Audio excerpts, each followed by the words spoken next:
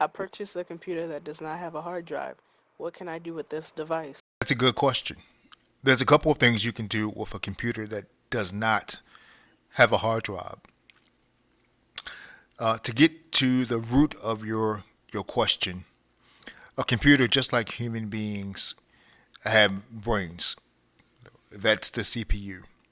And in order for the computer to function fully, it needs other parts and pieces, primarily storage.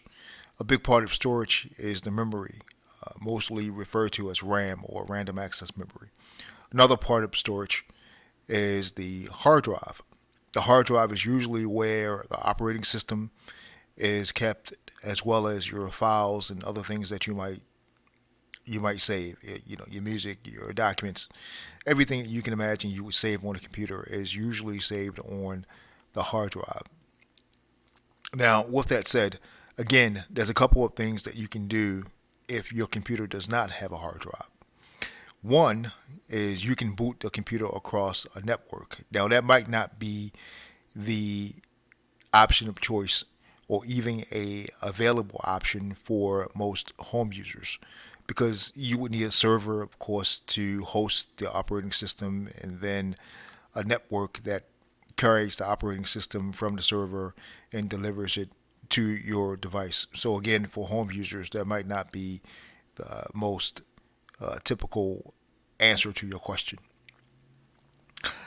Second option is that you could use a USB drive to boot the computer, and you can run an operating system from a USB drive. Lots of people do that, and they do it very well. There's a couple of versions of Linux that are available that you can install onto a USB drive and use that to boot the computer and actually run the computer. You can store files on it, applications, anything that you can do with a normal hard drive. The downside of it is that when you turn the computer off, then all those things are lost. Any settings that you might set, any files that you might save, that type of thing, are more than likely going to be lost when you turn the computer off. Another option is that you could purchase a hard drive, and that's probably the route that you want to go. Now, there are three types of hard drives that you can purchase. We'll focus on two. The first is a SATA hard drive. Now, SATA hard drives are fairly fast and they still have moving parts just like their predecessors. So, that unfortunately makes them a little bit more susceptible to damage in the event that the computer gets knocked over or if you drop your laptop. Now, lots of things can happen if you drop your laptop, so you want to avoid doing that. However, if you're running a SATA hard drive, again, it's going to be more, the hard drive itself is going to be more susceptible to damage. If you drop the laptop or if you knock the computer or it gets knocked over or kicked or something like that.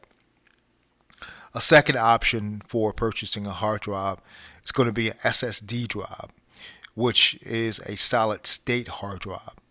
These drives do not have moving parts, so they are less susceptible to damage in the event that the computer gets kicked over or knocked over or you drop your laptop. Again, you want to avoid dropping your laptop because lots of bad things can happen if you drop your laptop. Now, between those two options, the SATA hard drive and the SSD hard drive, the SATA drives are going to be on the less expensive side. The capacity of the drive, the size of the drive, usually they run between 250 gigs to about 500. They go higher, but that's the typical size. Of course, the more capacity in the drive or that the drive offers, the more costly the drive is going to be. But for most home users, typical size is going to be 250 to about 500 gigs. And unless you're doing something heavy like graphics or animation, illustration, that type of thing, that should work. Uh, that should work.